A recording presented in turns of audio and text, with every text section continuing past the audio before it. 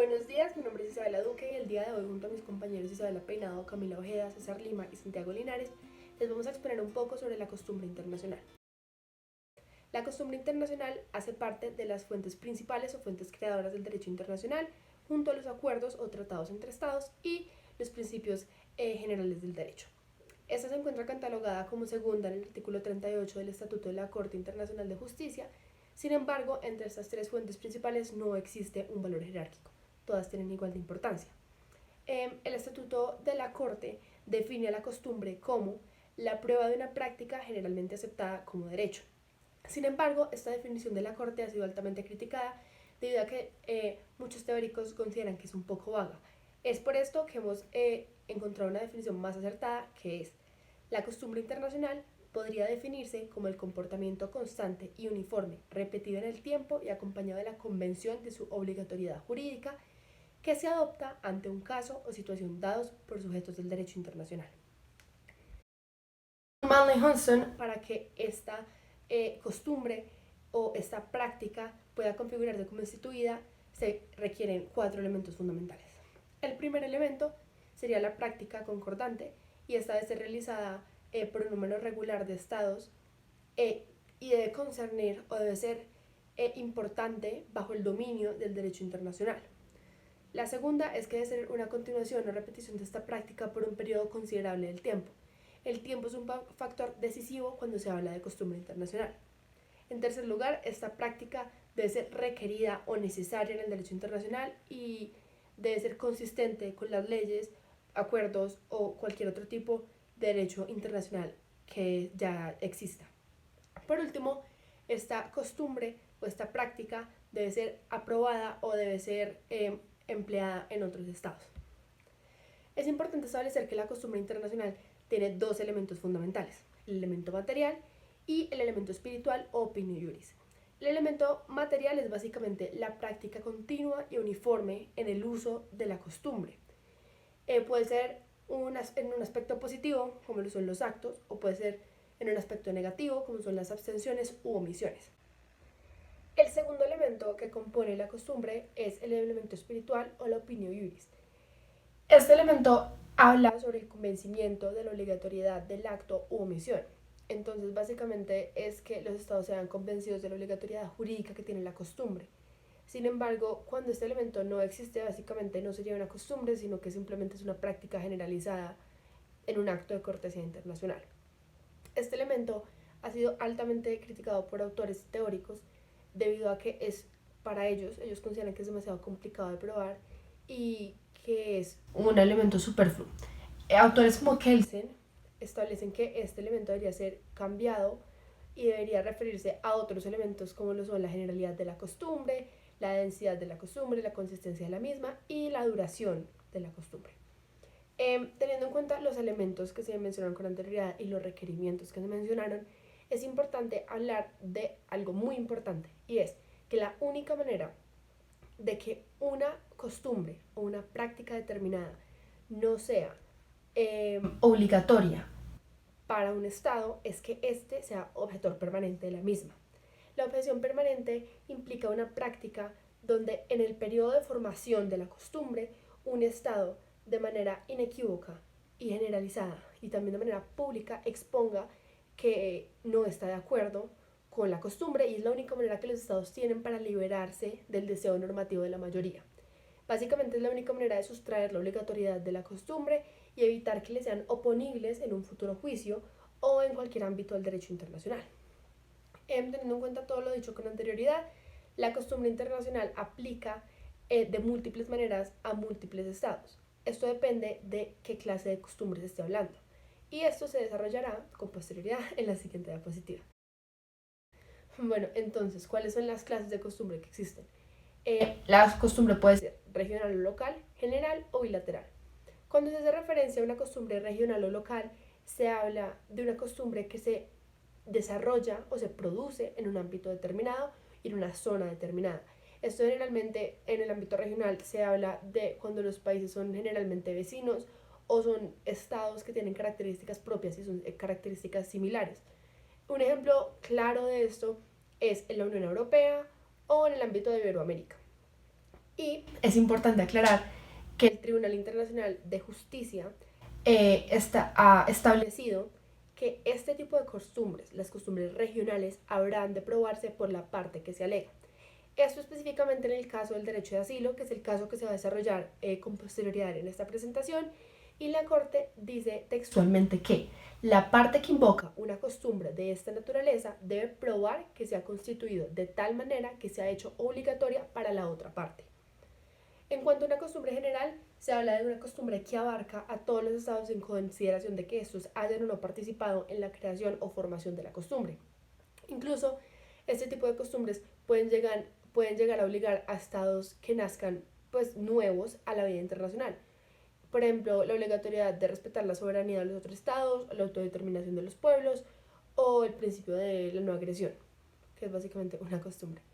Tiene un ámbito internacional, obligan en principio a todos los estados, a excepción de que este estado se haya puesto textualmente a la misma, o sea, públicamente a la misma, y aquí es donde aplican las reglas de objeción permanente y objeción persistente.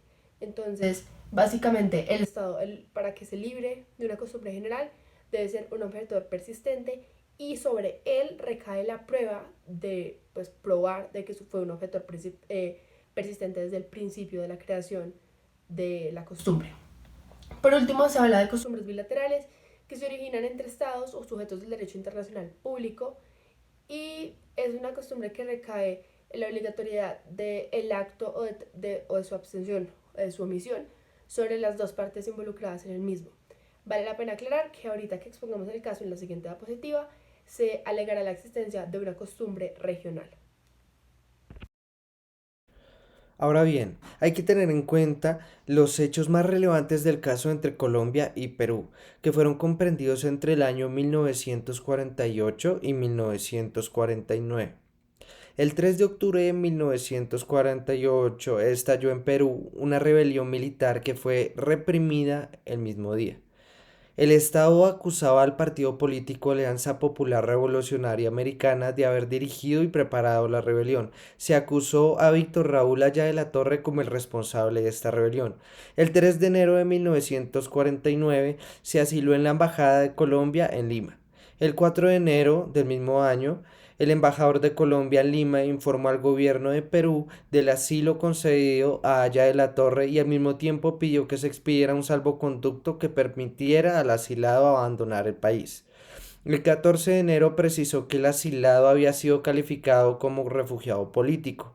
El gobierno de Perú rechazó esta calificación y se negó a conseguir un salvoconducto. Seguidamente se firmó un acta por los dos gobiernos que convinieron en la Corte Internacional de Justicia para que decidiera este caso. Ahora bien, teniendo claro los hechos del caso en concreto, es imperante tener en cuenta los siguientes conceptos. En primer lugar, la costumbre regional o local. Y en este caso, la costumbre regional que Colombia alega es una costumbre local que dicta que los estados de Latinoamérica reconocen el derecho a las embajadas de otros estados de la región de dar asilo a los fugitivos políticos. Esta costumbre es reconocida por la mayoría de los estados de Latinoamérica. La Corte Internacional de Justicia acepta las costumbres locales, las cuales son solo aplicables a un grupo de estados en específico, pero asimismo es menester ratificar que la costumbre puede ser aplicable y aceptada en todos los estados involucrados en el problema internacional. Temas jurídicos encontrados. El primero, ¿es la costumbre internacional una fuente de derecho más relevante que los tratados? Y el segundo, Colombia, como país natal del refugiado, podía exigirle a Perú que brindara todas las garantías para el regreso de la persona, aun cuando éste incumplió. Para continuar, las pruebas que hicieron tanto Colombia como Perú fueron las siguientes. Las pruebas dadas por el gobierno de Colombia fueron desestimadas. Estas fueron, la primera, siendo el Acuerdo Bolivariano de 1911, el cual solo se limita a reconocer en un artículo la institución del asilo de conformidad a los principios del derecho internacional. Los derechos allí mencionados no implican el derecho a la calificación unilateral. La segunda prueba fue extraída de la Convención de La Habana, pero en esta no se reconoce ni implícita ni explícitamente el derecho a calificación unilateral. Y la tercera, que se basaba en la Convención de Video, pero al no ser ratificada por Perú, pierde importancia y no se puede invocar en este caso. Por otro lado, las pruebas dadas por el gobierno de Perú fueron en primer lugar la Convención de La Habana, que según lo que dicta fue violada por habérsele concedido el asilo a Haya de la Torre, ya que no estaba siendo acusado de un delito político, sino de un derecho común. Esta prueba no prosperó, puesto que al asilado solo se le estaba acusando de rebelión militar, que no es un derecho común. En segundo lugar, Perú argumentó que no existía en este caso la urgencia que, según la Convención de La Habana, es necesaria para justificar el asilo. Esta prueba prosperó, de hecho, y fue aceptada por la Corte en la medida de que el peligro de Haya de la Torre era el de ser sometido a un proceso judicial ordinario y no de una acción violenta y desordenada de elementos irresponsables de la población. La Convención de La Habana no pretende ni nunca ha pretendido proteger a un ciudadano que haya atentado contra las instituciones de su país de un proceso judicial ordinario. Por lo tanto, la Corte concluyó que la concesión del asilo no se ajustaba al párrafo 2 del artículo segundo de la Convención de La Habana. En este caso, Colombia, como Estado que había concebido el asilo, no era competente para calificar la naturaleza del delito, mediante una decisión unilateral y definitiva que obligara a Perú. Para tener claridad frente al caso, es necesario ser más enfáticos en algunos de los conceptos.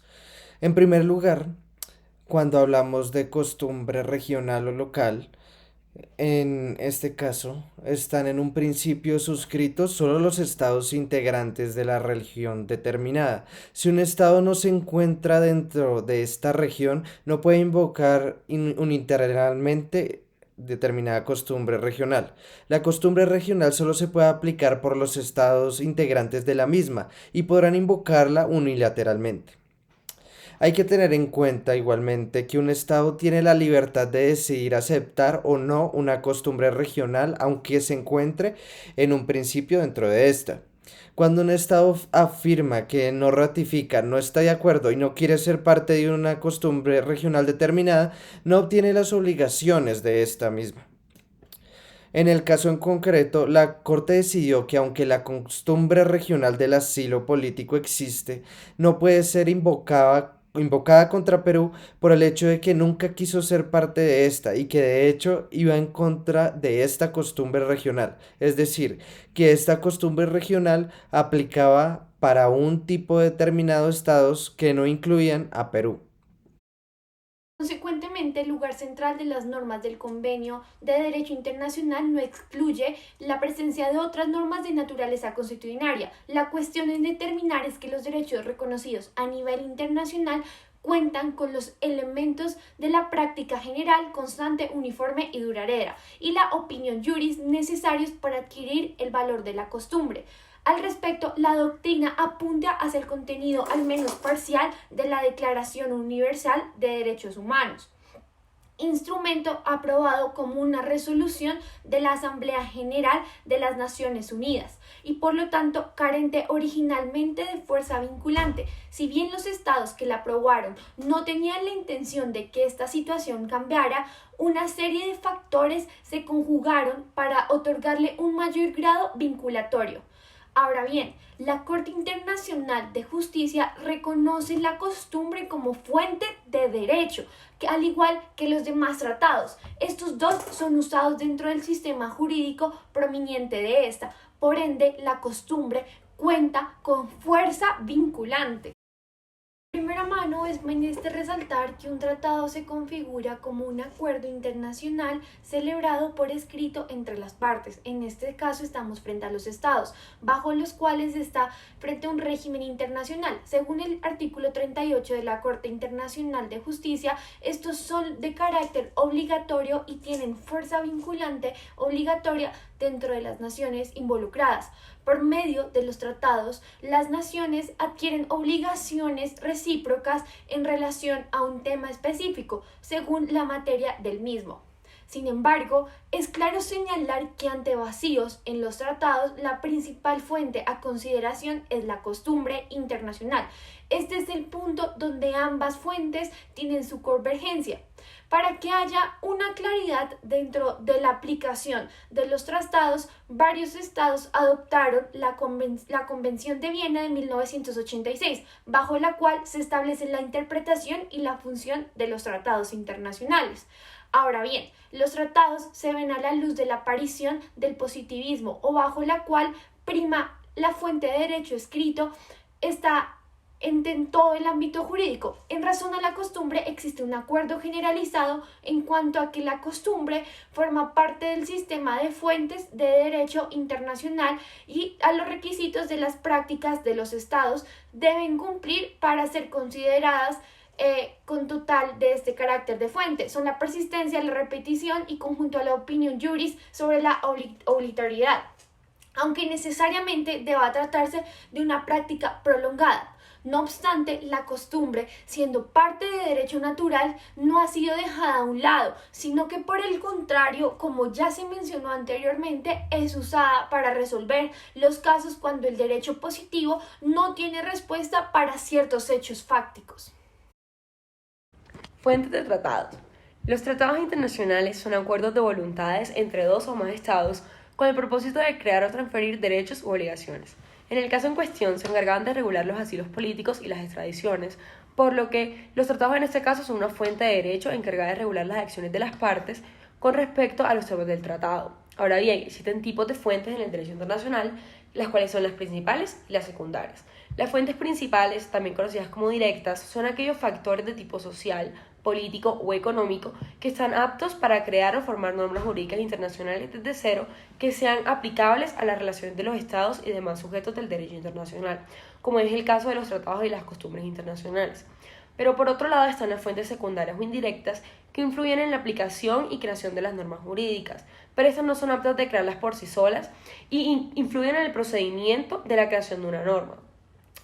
Los tratados en este caso eran fuentes principales debido a que era un factor político y social que formaban desde cero las normas jurídicas internacionales entre los dos estados.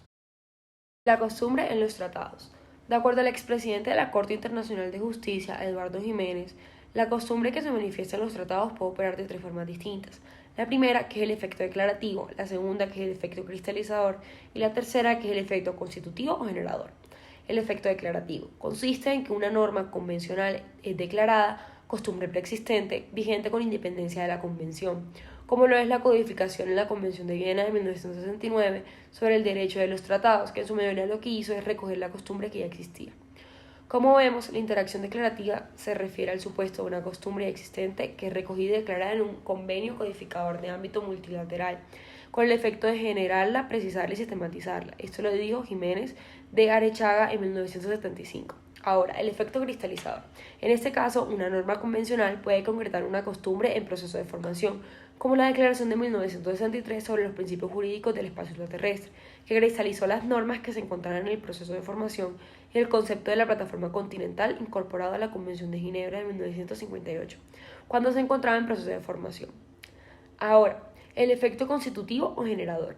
La costumbre internacional puede surgir a su vez de un proyecto de convención o tratado, de una propuesta en una conferencia internacional, como ocurrió en 1514 en la Asamblea General de la Organización de las Naciones Unidas sobre la concesión de la independencia a los países y pueblos coloniales, lo que genera una norma de derecho internacional.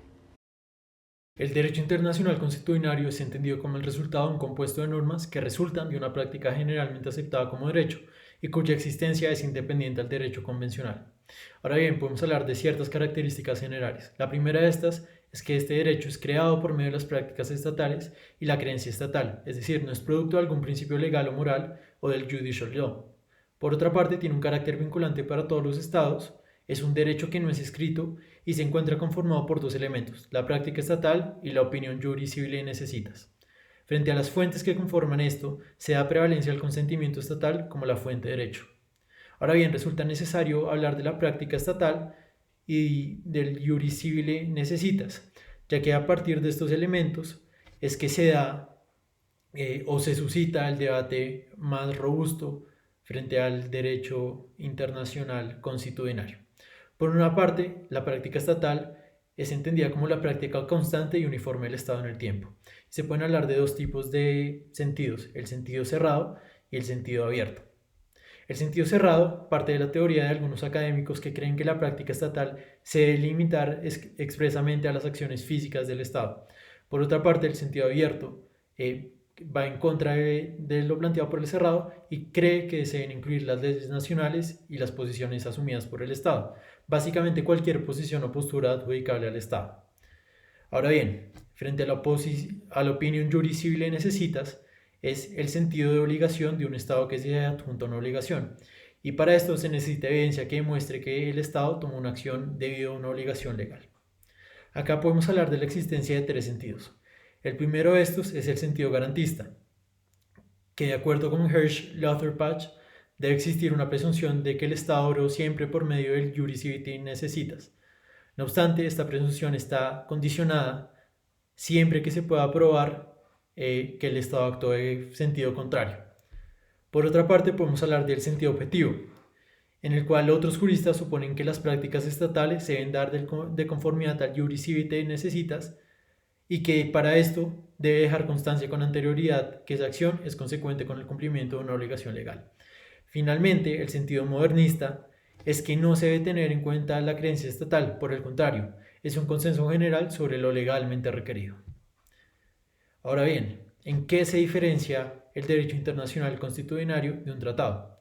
Finalmente, el primer punto es que normalmente los tratados consisten en convenios escritos en los cuales los estados establecen determinadas normas de manera formal. Y ahora, como anteriormente establecimos, el derecho internacional constitucionario no está escrito, sino que resulta una práctica generalmente aceptada como derecho. Por otra parte, el derecho internacional constitucionario tiene carácter vinculante para todos los estados, mientras que para que los tratados tengan carácter vinculante para el Estado, este debe estar suscrito a dicho tratado. La costumbre internacional es un elemento clave dentro del ordenamiento jurídico, pues puede ser vista desde un punto naturalista en la manera como ésta no nace del derecho escrito. Así nos lo muestra el profesor Pedro Puy en sus escritos. En consecuencia, la fuerza jurídica vinculante se atribuye meramente de manera colectiva. Sin embargo, cabe resaltar que, como lo menciona Joaquín Árquez, el derecho internacional desde sus orígenes se ha constituido meramente constitucionario, dado que este nace como unas prácticas generales de carácter internacional. Así es como el valor de la costumbre está principalmente desenvuelta en las prácticas internacionales de los estados. Ahora bien, dentro del rol de la misma se ha visto casos como los mencionados en la sentencia, donde la costumbre ha sido totalmente controversial, dado que algunos estados han presumido la existencia de cierta costumbre o la adopción de la misma por otros estados, cuando en términos generales no es así. Esto se da gracias a que la costumbre no se puede aplicar a estados que han sido objetores constantes de la misma, y es así que tácitamente se puede presumir o decir que la costumbre está en rechazar la práctica de la misma en cuestión. Ahora bien, por otro lado, la diferencia entre el derecho internacional constitucionario y un tratado es que en la práctica la diferencia de estos dos elementos no es tan clara. Esta confusión nace del carácter psicológico de la opinión juris civile necesitas, ya que se cree erróneamente que los estados deben creer que algo ya es ley antes de que verdaderamente se transforme o cobre carácter de ley, lo que hace que la definición sea inexacta. Por último, muchas veces cabe una amplia interpretación de las costumbres para cada estado, y esto genera disparidad material legal.